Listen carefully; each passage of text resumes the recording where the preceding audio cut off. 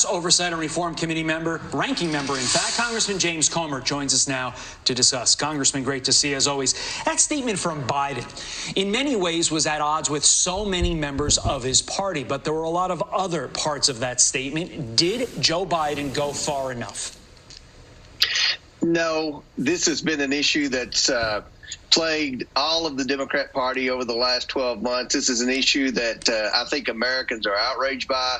Crime is on the rise. The Democrats have had the absolute wrong position with respect to law enforcement, and we're seeing the consequences of that in the areas where they have called for defunding the police. These are the areas where we've seen a massive increase in crime. So now Joe Biden's finally getting the memo. He's trying to lead his party, but his party's in every direction on this issue. I hope that our country can realize that we have to have law enforcement to combat crime. We need to respect law enforcement, and obviously we need to fund our law enforcement. And that segues into the next thing I want to talk about. I want to bring up the crime surges on a full screen for you in these bigger cities. Atlanta, homicides up 36%, shootings 39%. New York City, shootings are up 29%. Portland, homicides are up 533%. Shootings 126%. You heard that right. In Los Angeles, homicides are up. It goes on and on. Philadelphia. What is your reaction to this? Because Biden has encouraged these states to use the funding, this leftover COVID funding, to help, try and combat this. And I see that the red states would do that, but places like New York, I mean, de Blasio's already said, he wasn't meaning for us. Like, we're fine. What are we going to do in these states that are actually having the problem? I mean, are they going to listen to use this money to help combat this? I think the states will use the money in the worst possible ways. I don't think they'll use it to fund law enforcement, because the blue states are controlled by liberals, and liberals do not support law enforcement.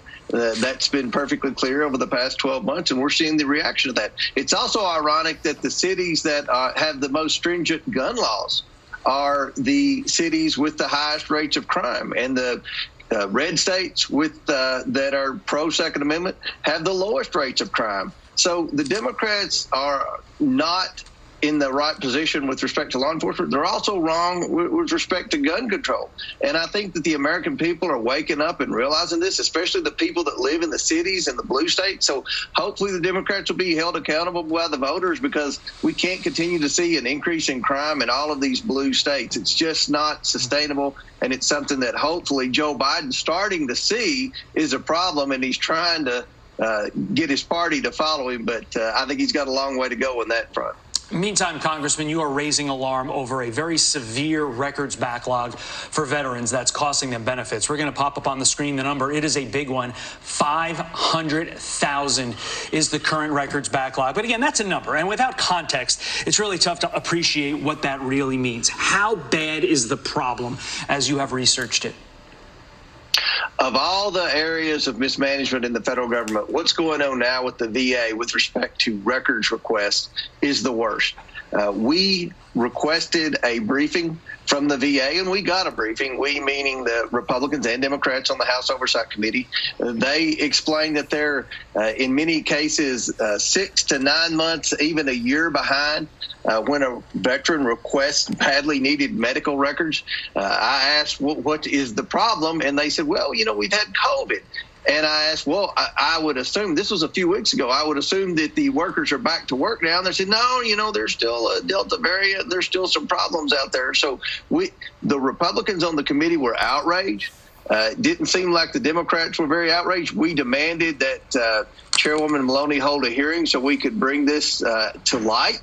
And instead of holding a hearing to bring to light the misdeeds going on with the VA, Chairwoman Maloney had a hearing to increase benefits for federal workers. Sure. We need to get these federal workers back to work. Our veterans fought for us, and these federal employees won't get back to work and try to get caught up on the records requests. It's terrible what's happening with our veterans, and it's just another area of mismanagement by the Biden administration. It is. Okay. James Comer, thanks for being with us this morning. We appreciate it. Thanks for having me. That is unreal.